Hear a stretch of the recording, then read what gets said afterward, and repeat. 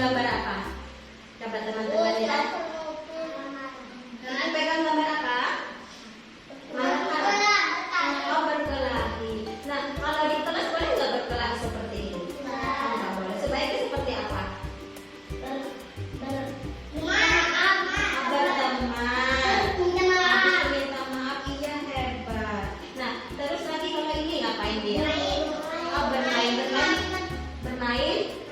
sama siapa? Bermain bersama ya. Ini perbuatan baik apa tidak nih? Baik. Sebaiknya seperti ini atau seperti ini? Seperti ini. Ya hebat. Iya. Gatal ya? Gatal ya ini? Iya. Kalau ini ngapain dia? Mengumpuli sampah. Apa dia kumpul? Sampahnya dibuang di mana? Sampah. Ini perbuatan baik apa tidak? Baik. Sebaiknya seperti ini nggak kita? Iya, perbuatan baik. Kemudian ini perbuatan baik ngapain? Main di luar bersama teman-teman. Ada nggak ini rebutan mainan? Enggak. Anak-anak ibu biasanya main di luar seperti apa? Hebat mainnya, ya bersama teman ya, nggak rebutan mainan? Enggak, pintar. Nah, kalau ini siapa yang tahu gambar apa? Mereka siapa yang biasanya melakukan seperti ini? Oh, tidak ada di sini ya? Tidak ada.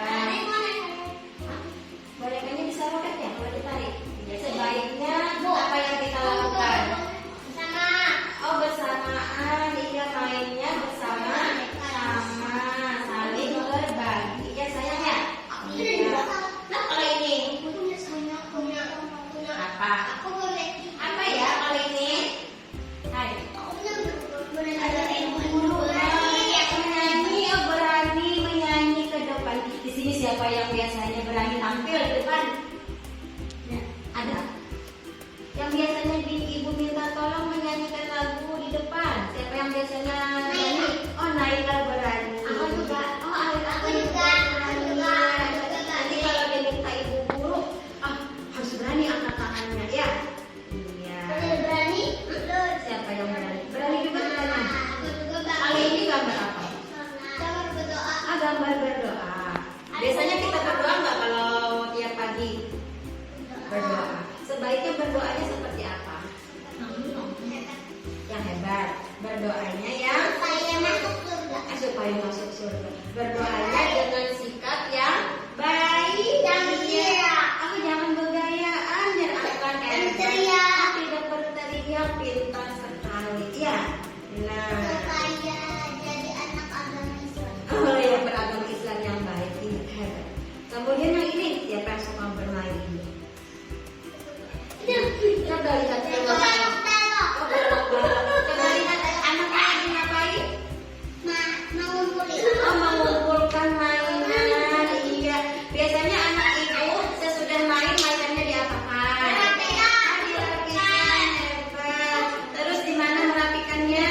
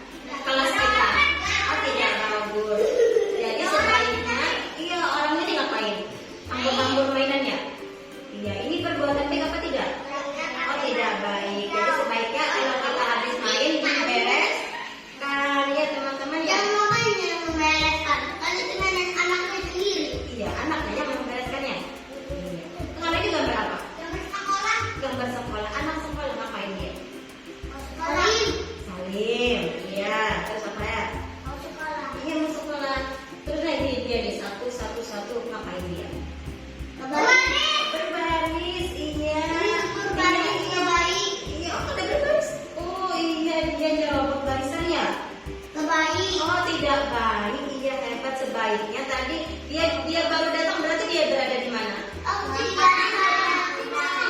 belakang ya teman-teman ya. Iya. Iya, tidak boleh langsung ke depan ya. Iya, berarti ini belum tidak bisa sabar ya nunggu gilirannya ya. Iya, berarti langsung di belakang.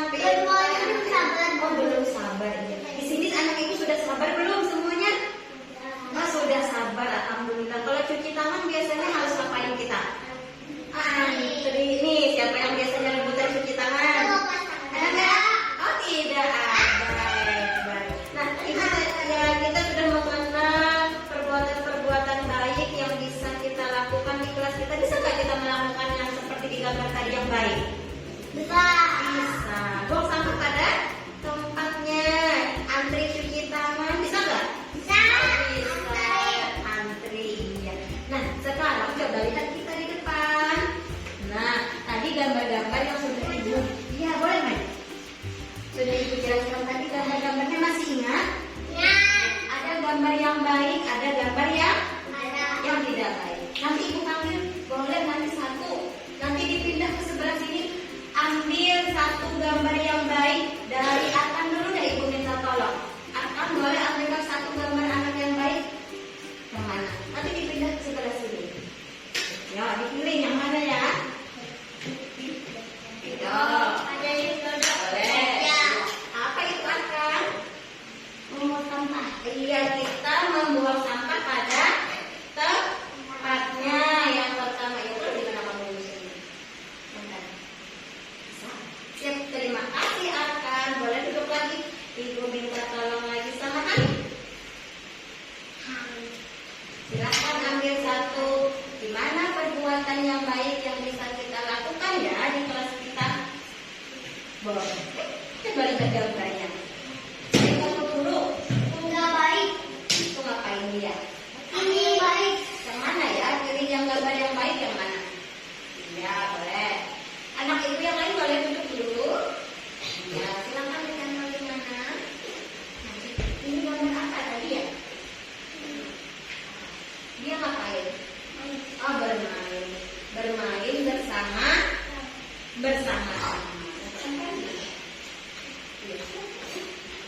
Iya, terima kasih. Sekarang ibu minta tolong Naila. Naila, pilih salah satu perbuatan yang baik yang bisa kita lakukan di kelas kita. Ayo. Yang mana ya? Apa itu? Berdoa dengan sikap yang baik. Terima kasih. Nah, siapa lagi yang mau bantu ibu ya? Ini salah satu yang mana? Oh iya, gambar apa itu teman? Oh, antri ketika cuci tangan. Hebat. Ada lagi nggak ya? Silakan Sulaiman. Ada. Oh iya, silakan. Gambar apa itu? Bermain bersama teman juga. Hebat. Siapa lagi ya? Oh iya. Gambar apa? Oh, membereskan mainan. Iya, benar. Ada nggak lagi ya? Oh, apa? Coba lihat ada nggak lagi yang perbuatan yang baik? Yang baik. Dipilih dulu dilihat. Dilihat dulu yang baik. Oh iya. Nah,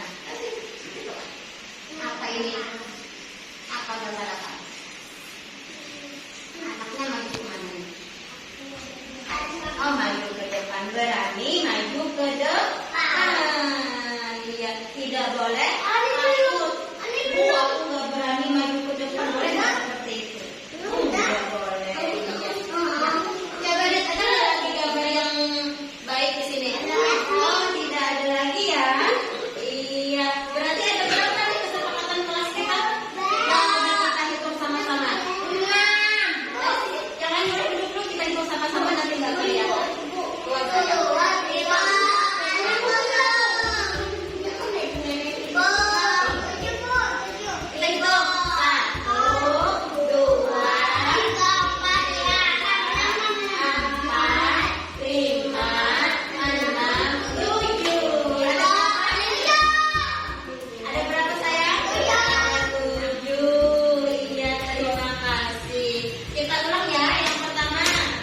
Tidak boleh membuang sampah sembarangan. Yang kedua, bermain bersama. Yang ketiga, berani tampil maju di depan. Bisa. Yang keempat, cuci tangan. Ya, yang kelima, bermain sama-sama. Yang keenam, membereskan mainan bintang. Yang ketujuh, berdoa dengan sikap yang baik. Tepuk tangan buat semuanya. Terima kasih. Ya, oke. Sekarang Alif boleh ambilkan ibu gambar anak yang tidak mengikuti, tidak sabar menunggu giliran. Yang mana? Yang tidak sabar. Yang tidak sabar coba lihat dulu. Oh iya, itu apa gambarnya tadi? Oh, tidak sabar. Berarti apa, perbuatan baik apa buruk? Buruk. Kalau buruk kita tempelnya seperti ini saja ya sayangnya. Ini sudah perbuatan yang baik sebenarnya. Terima kasih Ali. Oke, ya. Are you ready teman-teman? Terima kasih atas waktunya untuk mengikuti kegiatan sosialisasi pada hari ini. Assalamualaikum warahmatullahi wabarakatuh. Yang terhormat Kepala TK Negeri Intan Lestari Martapura, yang ulun hormati teman-teman rekan guru sejawat dan juga tenaga kependidikan TK Negeri Intan Lestari Martapura. Alhamdulillah, puji syukur kita panjatkan kepada Allah karena pada hari ini seperti yang direncanakan kemarin bahwa kami dari calon guru penggerak akan mengadakan sosialisasi tentang budaya positif sekolah. Salawat dan salam kita haturkan kepada junjungan kita Nabi besar Muhammad SAW beserta keluarga, sahabat dan pengikut beliau dari dulu, sekarang hingga akhir zaman nanti. Sebelum kita memulai pemaparan saya pada hari ini, coba kita berhenti sejenak dulu untuk refresh kembali, menenangkan diri untuk menerima kembali apa yang nanti saya sampaikan. Pejamkan mata, tangan diletakkan di paha, rileks. Kemudian tarik nafas, hembuskan, tarik nafas lagi, hembuskan, tarik nafas lagi, hembuskan. Ya, terima kasih. Nah, sekarang apa yang Bapak Ibu rasakan? Sudah mulai rileks? Mulai fresh kembali. Alhamdulillah, karena tadi kita sudah pagi mengajar anak-anak. Tentunya banyak hal-hal yang kita temui terkait dengan pembelajaran di kelas dan banyak hal-hal yang mungkin menguras pemikiran kita, ya Bapak Ibu ya. Iya, jadi kita bisa refresh dulu dengan kegiatan seperti tadi. Nah, baiklah, saya akan memaparkan atau mempresentasikan tentang budaya positif di sekolah. Dari kegiatan-kegiatan yang kami ikuti, yaitu salah satu modul untuk penerapan budaya positif. Next, Bima. Iya. Nah, di sini untuk budaya positif, kita terlebih dahulu melihat perubahan paradigma atau mindset seseorang dari stimulus respon menjadi teori kontrol. Nah, biasanya yang kita alami itu adalah stimulus respon. Bagaimana kita bisa mengontrol diri kita sendiri. Nah, apa yang menjadi hal yang baik untuk diri kita? Coba dulu kita praktekkan. Coba tangan kita kepalkan. Boleh keduanya? Iya, dikepalkan, digenggam. Genggam seolah-olah yang di genggaman kita ini adalah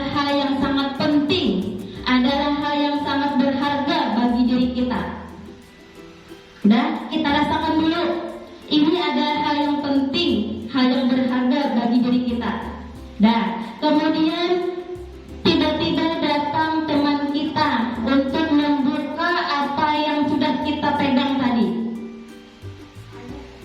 Apa yang kita lakukan? Apakah kita membuka telapak tangan kita atau kita tetap menggenggamnya?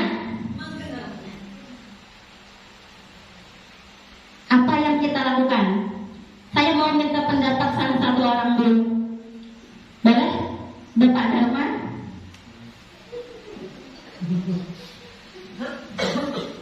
Terima kasih atas kesempatan. Jika keinginan itu mungkin sangat penting untuk diri kita, tentu kita akan berjuang mempertahankannya. Terima kasih. Terima kasih Bapak atas tanggapannya. Iya, benar sekali. Jadi tadi kita sudah memegang atau mengilusikan bahwa apa yang kita pegang itu adalah hal yang sangat berharga bagi diri kita. Tentunya kita tidak semudah itu melepaskannya. Tiba-tiba datang teman untuk membuka, wah aku buka. Hal-hal yang penting bagi kita serahkan begitu saja. Tentunya itu berlawanan dengan hati nurani kita. Ya. Nah, disinilah posisi kontrol itu berperan. Apa yang membuat kita mempertahankannya tadi? Hati, posisi kontrol. Nah, kontrol itu yang mempertahankan itu. Jadi di sini sangat penting posisi kontrol itu bagi diri kita sendiri, karena yang mengontrol suatu perbuatan atau hal yang baik dan buruk itu adalah diri kita sendiri, ya kan? Iya. Nah, biasanya kan yang kita dapatkan stimulus respon itu artinya pandangan atau penerimaan secara langsung tanpa adanya kontrol diri. Nah, realitas atau kebutuhan yang sama, kita berpikir bahwa semua orang itu sama.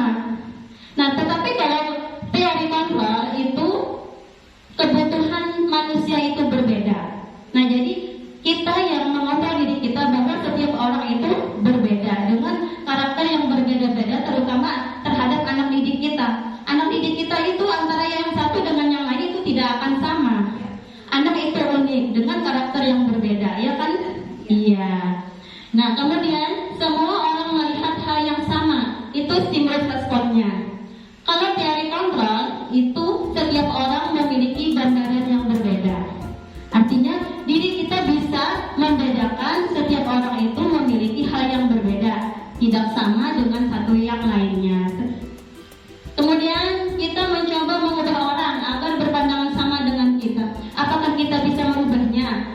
Ibu Titi harus sama pandangannya dengan saya? Tidak bisa. Ibu Rahma harus sama kesukaannya dengan saya? Tidak bisa. Begitu juga dengan anak didik kita.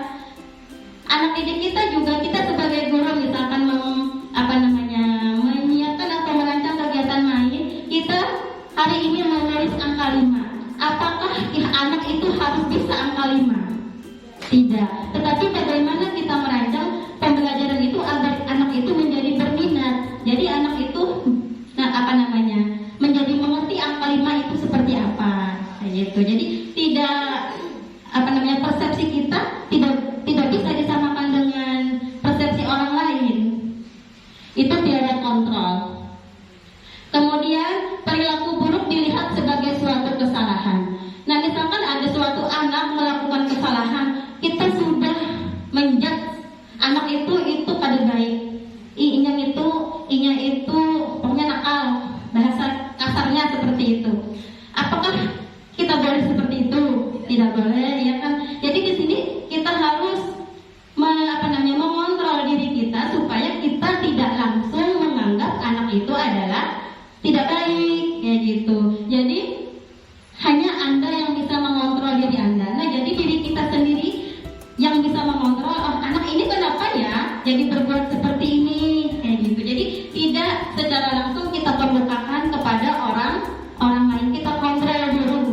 Nah, kalau kita secara langsung bisa terjadi perkelahian, pertentangan. Misalkan saya secara langsung ngomong ke Ibu Ida nih, ini tidak baik, otomatis kan dia merasa dia tersinggung kayak gitu. Jadi kita harus bisa menyesuaikan situasi dan kondisi apa yang mau kita sampaikan kepada mereka dengan cara yang baik tadi, ya.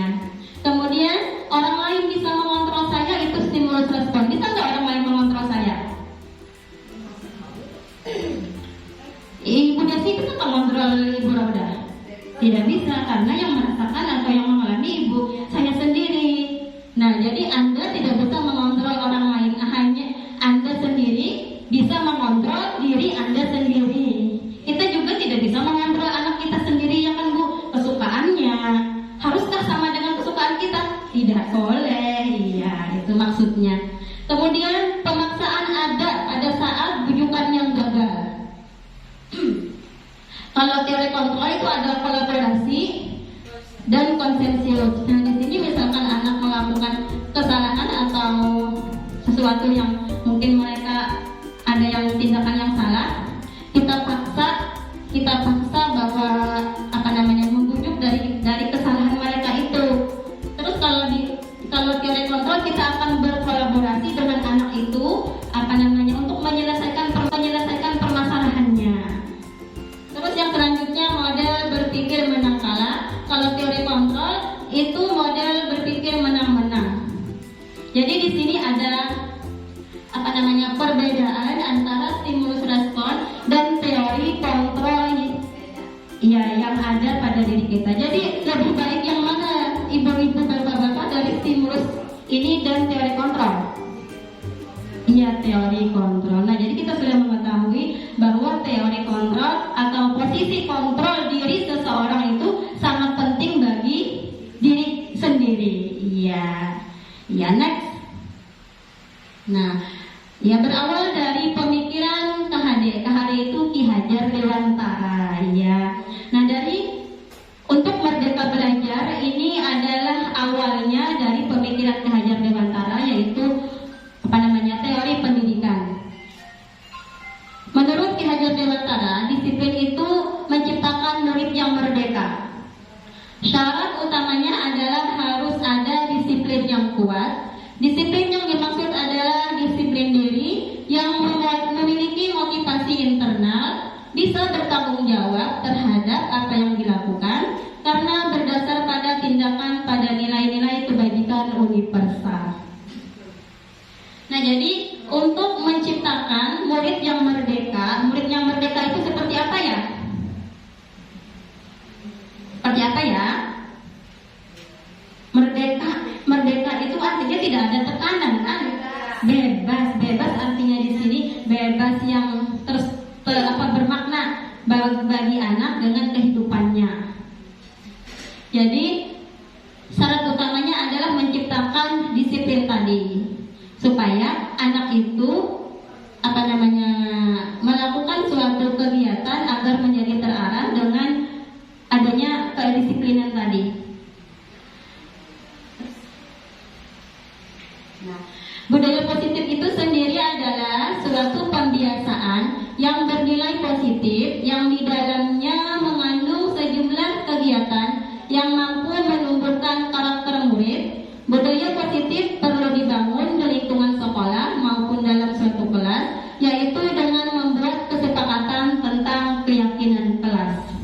Nah, budaya positif itu adalah suatu pembiasaan, kegiatan yang dilakukan secara terus-menerus yang bernilai positif bagi lingkungan sekolah kita, baik di lingkungan sekolah dan lingkungan kelas kita. Jadi dengan penerapan budaya positif itu akhirnya akan tercipta nilai-nilai karakter murid yang baik, yang nanti akhirnya akan berdampak lebih baik untuk anak ke depannya. Jadi di sini dengan penerapan budaya positif itu nantinya akan tercipta karakter pada diri anak itu dengan nilai-nilai karakter yang baik. Dengan cara tadi kita membuat suatu keyakinan kelas di dalam kelas dengan kesepakatan bersama dengan anak. Nah, di dalam kelas kita bisa membuat suatu keyakinan. Keyakinan itu adalah hal-hal yang diyakini bersama. Misalkan suatu peraturan atau perbuatan positif yang dilakukan di sekolah kita sepakati. Misalkan kalau berdoa tadi dengan sikap apa seperti itu kita bisa pada waktu kita baris di luar itu sudah kita bisa kita bangun keyakinan kelas itu, kita ingatkan kembali bahwa nanti kalau masuk kelas seperti apa, boleh nggak rebutan seperti itu. Oh tidak, bergantian. Jadi anak sudah mengenal bahwa masuk kelas sepatu ditaruh di mana, di rak sepatu. Jadi setiap hari kita kita biasakan seperti itu. Lama kelamaan anak sudah menjadi terbiasa dengan perbuatan baik tadi tanpa kita harus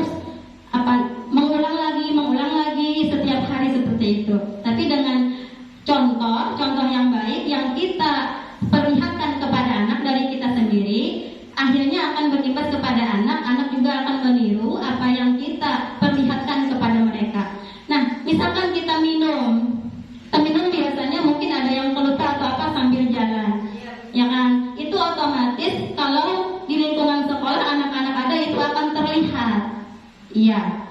Anak jadi meniru apa yang kita lakukan secara tidak langsung. Iya. Jadi kita dari diri kita sendiri kita harus memberikan teladan yang baik kepada anak, baik dari hal-hal yang kecil.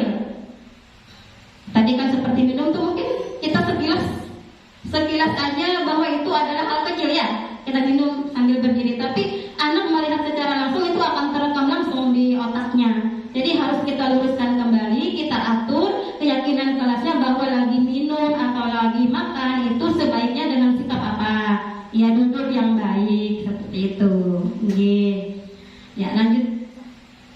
Nah, keyakinan kelas itu sendiri adalah salah satu disiplin positif yang bisa kita terapkan dalam membangun budaya positif di sekolah. Dengan adanya keyakinan kelas di setiap kelas, diharapkan dapat mewujudkan tujuan pendidikan yang berorientasi kepada profil pelajar Pancasila. Nah, ini tadi keyakinan kelas itu sangat penting kita sepakati bersama dengan anak bahwa kalau lagi main kita sebaiknya bagaimana? Bermain bersama teman. Kalau lagi kita minta sesuatu atau mau minta mainan teman atau mau mainan teman, bagaimana caranya? Meminta dengan baik, saling berbagi dengan teman. Nah, itu harus kita sepakati, kita aturan main terlebih dahulu sebelum kegiatan main berlangsung. Nah, itu maksudnya. Jadi ada aturan yang harus dibangun dulu bersama anak, suatu peraturan atau yang tadi keyakinan kelasnya agar bisa dilaksanakan secara bersama-sama antara guru dengan anak, sehingga akan terbentuklah karakter profil pelajar Pancasila, yaitu ada 6 ya. Iya, yang pertama beriman, ya bertakwa kepada Tuhan Yang Maha Esa dan berakhlak mulia, mandiri, bernalar kritis, berkebinekaan global, bergotong royong dan kreatif. Nah, salah satu contoh kegiatan yang memuat profil pelajar Pancasila ini apa ya? Ada yang tahu? Kegiatan yang memuat ini dilakukan dalam suatu pembelajaran proyek. Nah, dari proyek yang kita angkat, misalkan dari awal kita misalkan tanaman. Nah, misalkan tanaman, di sini kita dari awal untuk menanam tanaman itu dari apa dulu? Misalkan menanam bayam, dari biji dulu, anak-anak nanti diajak. Habis dari biji nanti tumbuh berapa? Sampai akhirnya anak itu akan memetik hasilnya.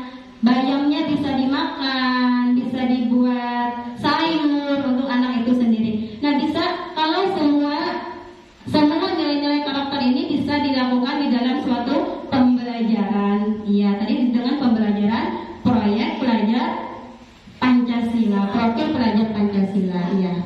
Nah, di sini diharapkan anak-anak dari kegiatan pembelajaran kita itu bisa tercipta atau karakter yang ada, yaitu beriman, bertakwa kepada Tuhan Yang Maha Esa dan berakhlak mulia. Nah, di sini kaitannya selain dengan diri kita sendiri kepada Tuhan dan juga lingkungan. Jadi semua sudah cinta alam dan kasih sayang, semua di dalamnya termasuk ke nilai beriman, bertakwa kepada Tuhan Yang Maha Esa. Iya, berakhlak mulia juga seperti menolong teman, berbagi, saling mau berbagi dan lain sebagainya. Semua sudah termasuk di dalam situ. Kemudian mandiri, menciptakan anak itu bisa mandiri. Bernalar kritis, di sini dilakukan anak berani mengungkapkan pendapatnya. Nah, seperti yang di indikator kita juga kan, ya berani mengungkapkan pendapatnya. Berkebinekaan global.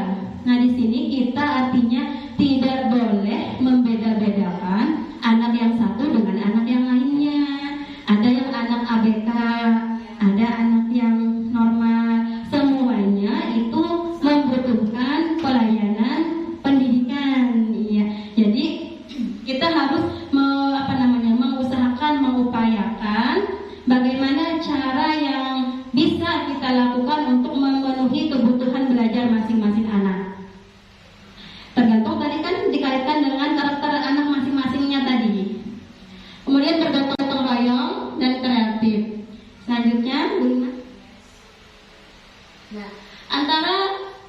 keyakinan kelas dan peraturan kelas itu ada perbedaannya.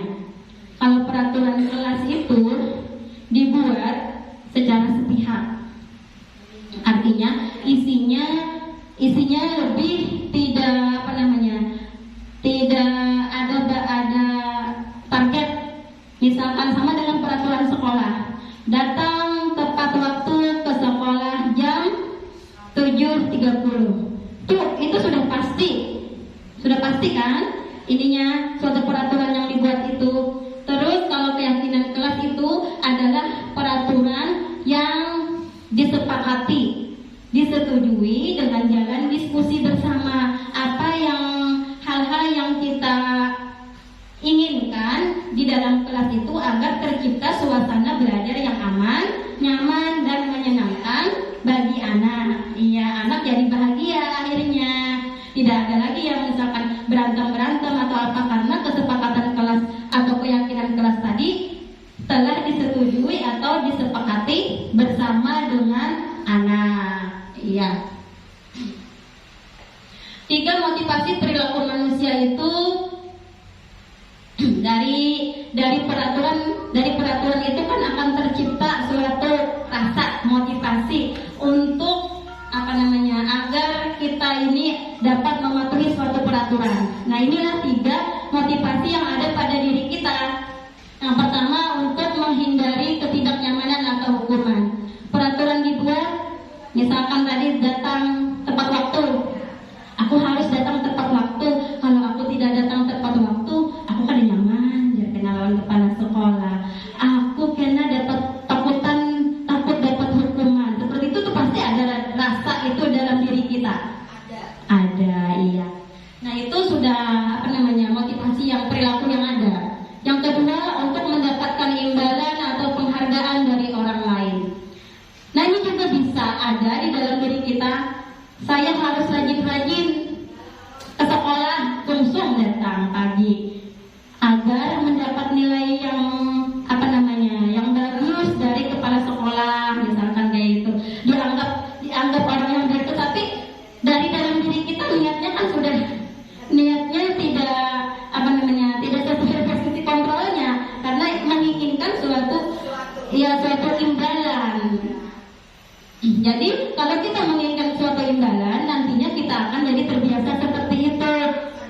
Iya, apa-apa yang mau dikerjakan harus ada sesuatu yang imbalan tadi kayak gitu. Jadi rasa ikhlas, rasa itu akan susah tercipta nantinya kalau kita terbiasa melakukan yang ada imbalan, apa-apa harus ada imbalan. Terus yang ketiga, untuk menjadi orang yang mereka inginkan dan menghargai diri sendiri dengan nilai yang mereka percaya. Nah, ini yang perilaku yang ketiga ini, kita bisa menghargai diri kita sendiri dengan peraturan yang ada tadi. Peraturan sudah dibuat oleh sekolah jam 7:30. Berarti saya jam 8 sudah ada di sekolah. Kayak gitu. Itu kesadaran diri sendiri.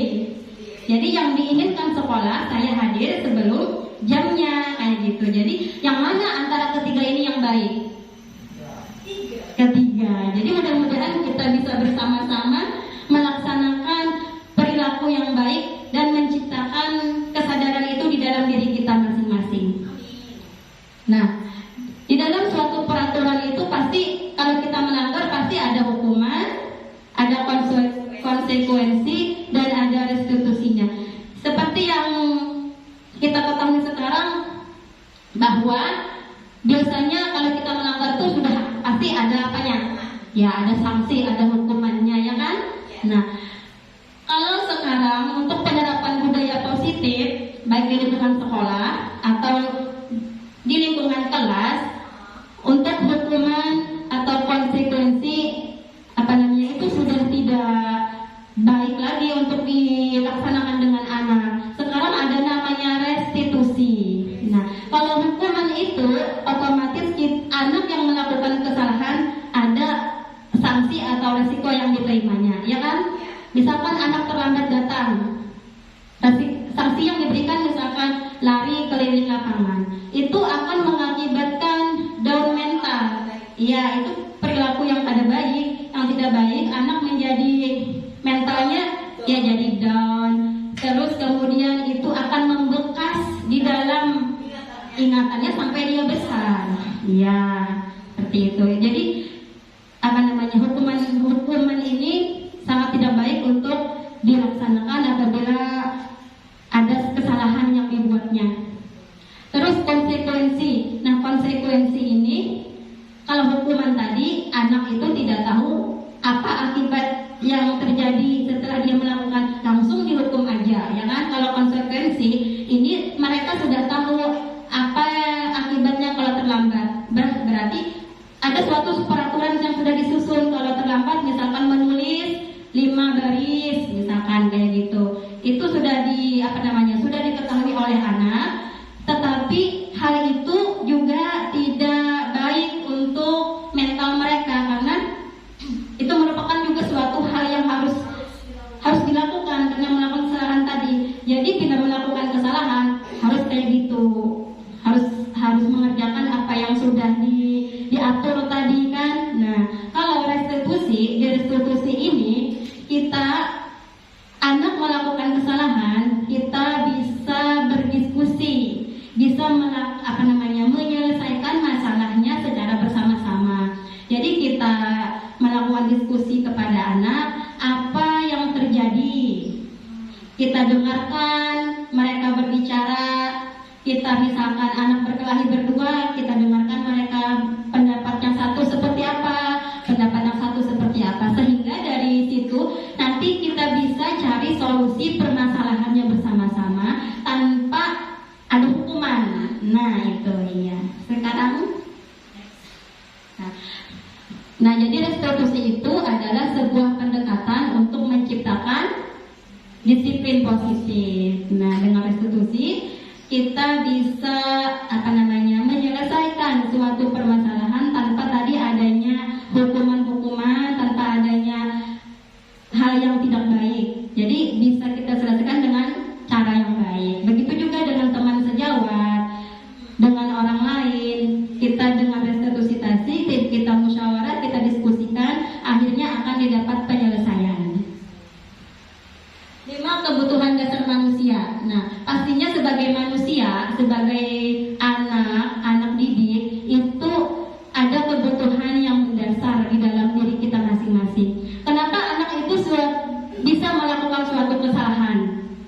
Ya, jadi kita harus teliti dulu, kita selami apa yang terjadi dengan anak tersebut. Nah, jadi jangan langsung ibaratnya anak ini melakukan kesalahan langsung kita ponis dengan ponis tidak baik. Jadi kita harus tahu dulu apa sih kenapa anak itu melakukan perbuatan itu, kebutuhan yang diperlukannya itu apa. Nah, di sini ada 5 kebutuhan dasar manusia. Yang pertama, kebutuhan bertahan hidup. Kebutuhan bertahan hidup ini adalah kebutuhan yang paling mendasar. Kalau tidak bisa, bagaimana bertahan hidup? Terutama hal yang mendasar pada diri kita adalah makanan. Coba katakan makan. Kalau makan, iya, itu dengan makan kita bisa bertahan hidup. Terus juga kesehatan, itu penting nggak? Penting sekali kesehatan. Kalau kita sakit, bagaimana bertahan hidup? Iya, bekerja tidak bisa, ya kan? Pergi ke sekolah ngajar tidak bisa. Jadi kesehatan, makan penting sekali untuk kegiatan bertahan hidup kita. Juga rumah, ya itu juga salah satu hal yang penting untuk bertahan hidup. Itu kebutuhan mendasar, itu kebutuhan fisiologis, artinya kebutuhan dari luar diri kita yang kita perlukan. Kemudian ada kebutuhan kasih sayang dan rasa diterima. Punya nggak kita perasaan seperti ini? Oh punya, iya. Kita menginginkan kasih sayang, ingin disayangi, ingin diterima di tengah-tengah masyarakat, ya kan? Di sekolah seperti itu juga anak-anak. Anak-anak merasa ingin disayangi gurunya, iya, ingin diterima gurunya. Ya berarti kan kita harus menciptakan rasa itu dengan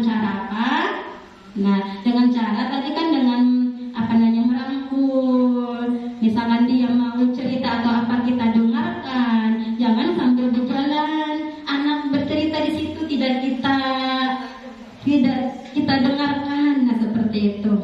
Jadi kalau kita dengarkan dia bercerita tentang masalahnya di rumah atau apa, biasanya kan ada anak yang cerita seperti itu ya.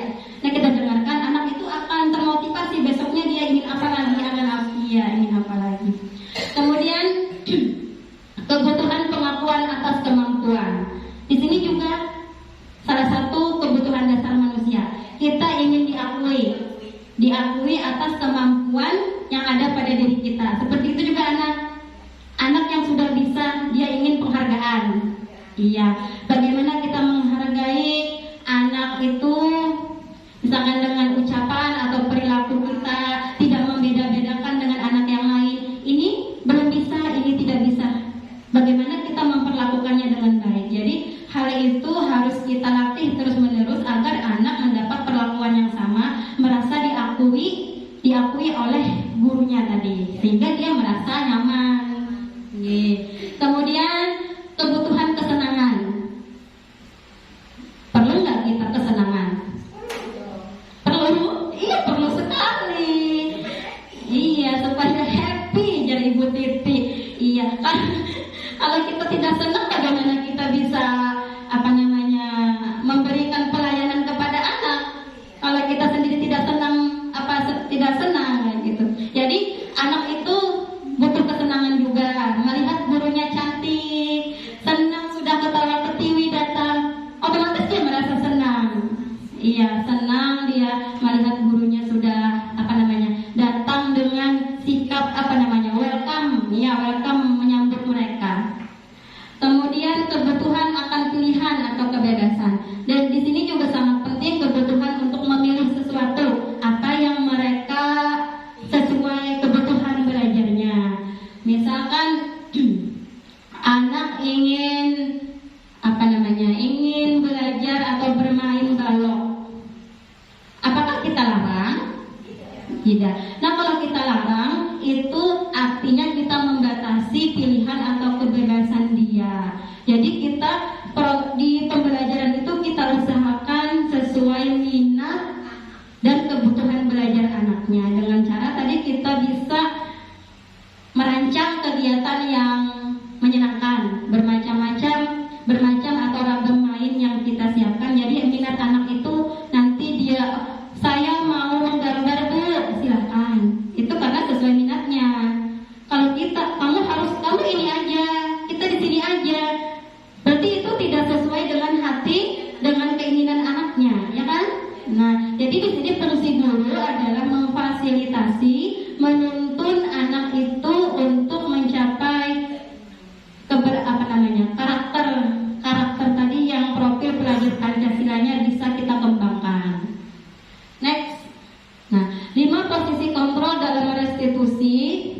Nah, dalam suatu di peraturan atau keyakinan kelas tadi, pastinya kita tadi ada suatu hukuman, konsekuensi dan restitusi. Untuk penyelesaian masalah budaya positif, kita memakai restitusi. Nah, di sini ada posisi kontrolnya, ada 5. Yang pertama itu sebagai penghukum. Di mana kita posisi guru itu sebagai penghukum di sini artinya tidak melihat masalah itu secara detail atau nyata apa yang terjadi. Pokoknya kamu sudah melakukan kesalahan. Artinya anak itu yang menjudge tadi, kamu berbuat salah seperti itu. Jadi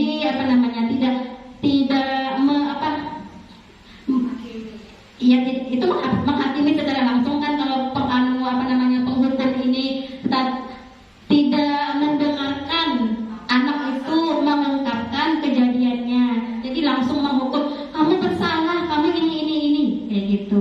Kamu sudah membuat temanmu jatuh, kamu itu salah, seperti itu. Nah, itu adalah posisi penghukum dengan kata-kata. Ya, kata-kata juga bisa melukai hati anak ini.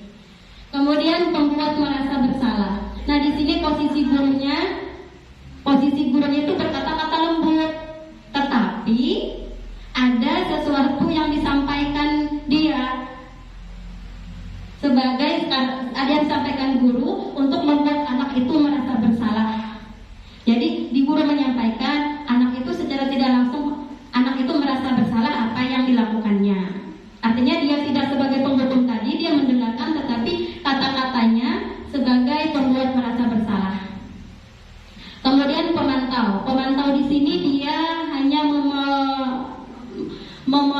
atau memantau apa yang dilakukan anak tersebut tanpa tanpa mencari solusi atau permasalahannya. Kamu berbuat salah ya, ini ya seperti itu aja, tidak ada tindak lanjut dan tidak ada berbagi cerita tentang kesalahan yang dibuat anak. Kemudian sebagai teman, sebagai teman di sini ada baik dan ada buruk. Jadi tidak harus juga kita memperlakukan anak itu sebagai teman. Iya, sebagai teman kita bisa memperlakukannya sesuai kondisinya. Kalau kita terus-menerus melakukan sebagai teman, mungkin nanti dia akan ketergantungan. Jadi misalkan bermain, ibu guru yang membantu, ibu yang membantu membereskan. Jadi ibu gurunya yang terlibat langsung dalam hal-hal yang dikerjakan anak itu sebagai teman. Jadi lebih ada hal-hal yang sebagai teman yang bisa dilaksanakan, ada juga yang tidak. Supaya kita menciptakan anak itu bisa mandiri seperti apa gitu. Terus sebagai manajer. Sebagai manajer ini adalah posisi kontrol yang baik untuk dilaksanakan. Untuk guru dari awal tadi dia bisa menggali permasalahan yang ada, kemudian kemudian mencari solusi yang akhirnya akan tercipta penyelesaian masalah. Lanjut. Segitiga restitusi. Di sini ada 3 restitusi. Yang pertama, menstabilkan identitas. Di situ setiap orang pasti pernah melakukan kesalahan. Jadi dengan restitusi tadi, guru bisa menyelesaikan permasalahan yang dialami anak. Misalkan anak berantem tadi, jadi setiap orang itu pasti pernah melakukan kesalahan. Kemudian kamu bukan satu-satunya yang pernah melakukan ini. Ini adalah kata-kata yang diharapkan kita terhadap tindakan anak yang misalkan dia melanggar sesuatu keyakinan kelas. Artinya tidak secara langsung kita berbuat atau mengucapkan kamu salah, kamu tidak boleh berbuat seperti itu. Jadi di sini tidak apa-apa. Setelah mendengar cerita anak, tidak apa-apa. Semua orang bisa berbuat salah, seperti itu. Jadi itu adalah kata-kata yang menetralisir diri anak, karena kan dia sudah berbuat kesalahan, tentunya dia merasa bersalah banget gitu. Jadi dengan kata-kata itu tadi menstabilkan identitas dulu, menstabilkan kondisi anak. Tidak apa-apa nak, semua orang pasti bisa berbuat salah kayak gitu. Itu sudah berarti anak itu diterima kita, maksudnya dia merasa kita menerima kayak gitu. Kemudian ada lagi validasi tindakan yang salah. Kamu tentu punya alasan mengapa melakukan itu. Ya, adakah cara yang lebih efektif untuk mendapatkan apa yang kamu butuhkan? Dari tadi kan semua orang pasti buat salah. Tentunya kemudian kita sambung lagi kata-kata kita dengan validasi tadi. Kenapa kamu berbuat seperti itu? Tentunya ada suatu alasan kenapa kamu jadi berbuat seperti itu, kayak gitu. Jadi anak itu bisa menceritakan kenapa dia bisa berkelahi tadi. Saya ingin, misalkan ibu guru jadi sayang kepada saya, berarti dia nilai kebutuhan dasarnya tadi tidak terpenuhi. Iya, rasa sayang tadi, rasa kasih sayang tadi. Jadi kita harus tahu dulu kenapa anak ini berbuat seperti itu. Iya. Kemudian menanyakan keyakinan. Jadi kan kita sudah mengetahui tadi permasalahannya, terus kita cari solusinya. Apa yang sudah kita sepakati bersama ya, keyakinan kelas kita bagaimana sesama teman. Tidak boleh berantem bu. Ya, gitu kan sudah mengenal keyakinan kelas kita. Sebaiknya seperti apa ya? Apa yang harus kita lakukan sesama temannya? Saya harus minta maaf bu. Berarti kan itu dari diri anak itu sendiri sudah ada rasa itu tanpa kita suruh untuk meminta maaf. Iya. Itu tadi segitiga restitusi.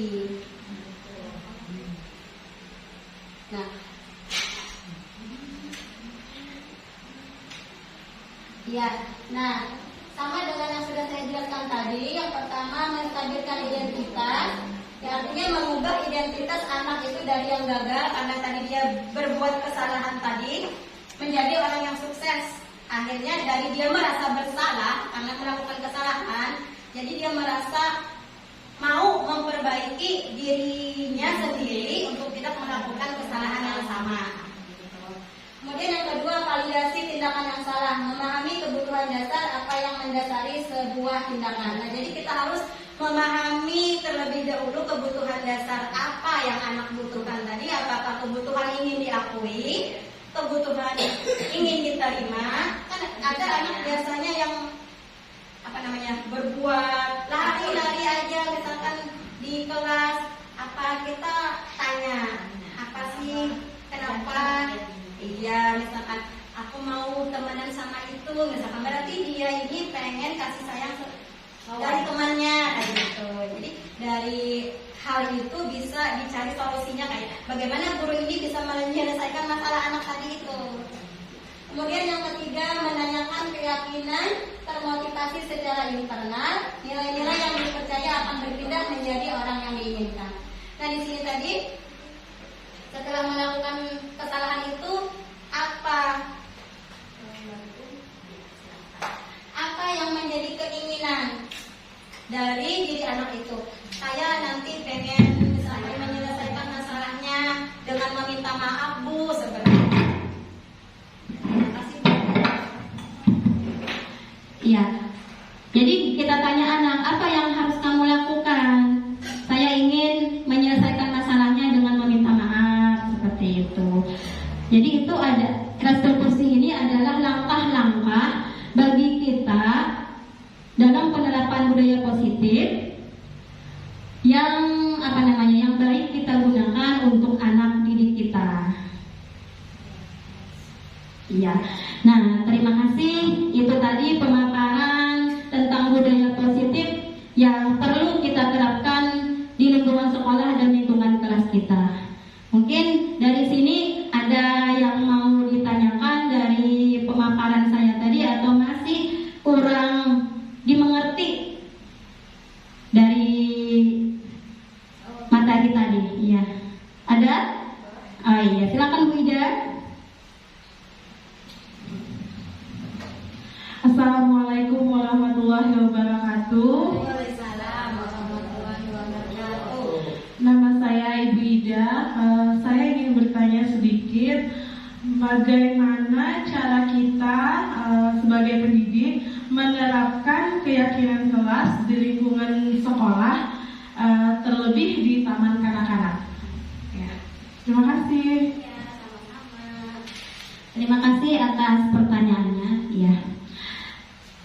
Keyakinan kelas sangat penting untuk kita terapkan di kelas kita agar pembelajaran kita menjadi terarah, agar anak dari keyakinan kelas itu anak bisa mengenali perbuatan-perbuatan mana yang baik, perbuatan mana yang tidak baik. Ya. Nah, di sini untuk kegiatannya yang saya sudah lakukan, kita berbagi ya, kita sharing, berbagi aksi nyata yang sudah saya lakukan di kelas, yaitu membuat keyakinan kelas bersama dengan anak. Kalau di tingkat SD atau SMP, karena mereka sudah bisa menulis, mereka biasanya menggunakan kertas kecil-kecil,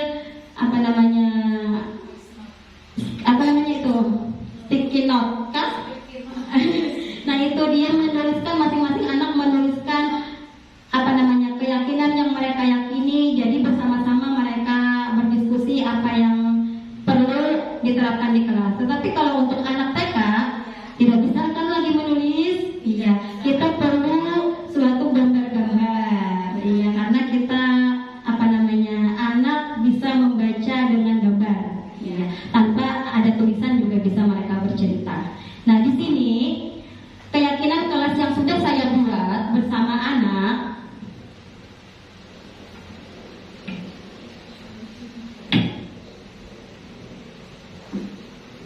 Nah, ini adalah salah satu contoh keyakinan kelas yang saya buat bersama anak dengan mengenalkan gambar-gambar. Gambar-gambarnya diantaranya ada perbuatan yang baik dilakukan dan ada yang tidak baik untuk dilakukan. Jadi untuk pertama-tama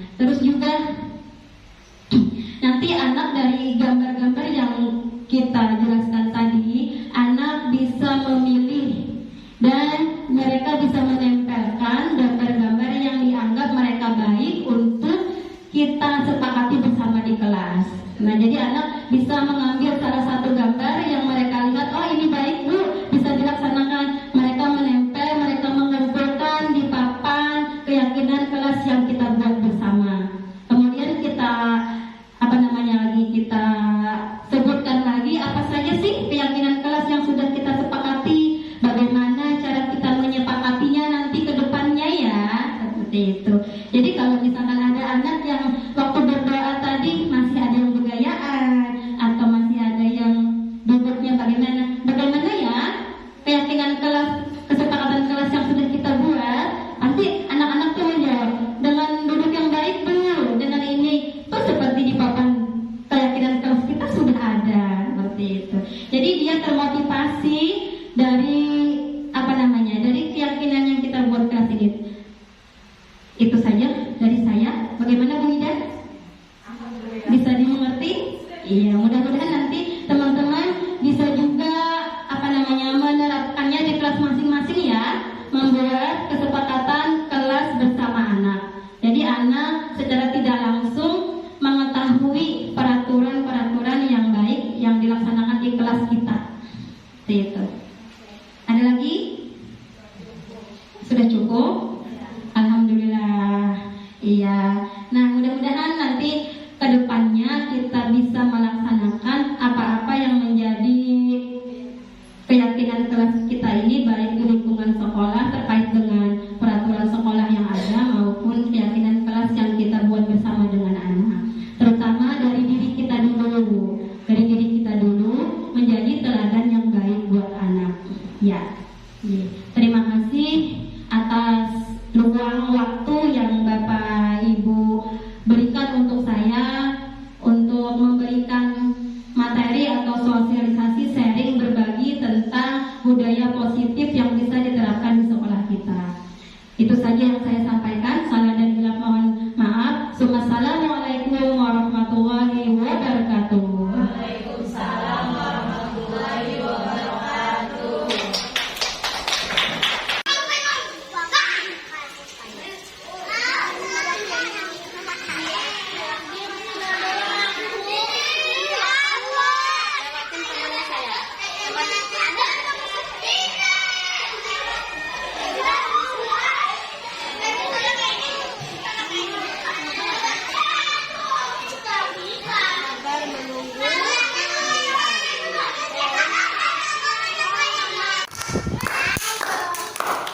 Pelangi.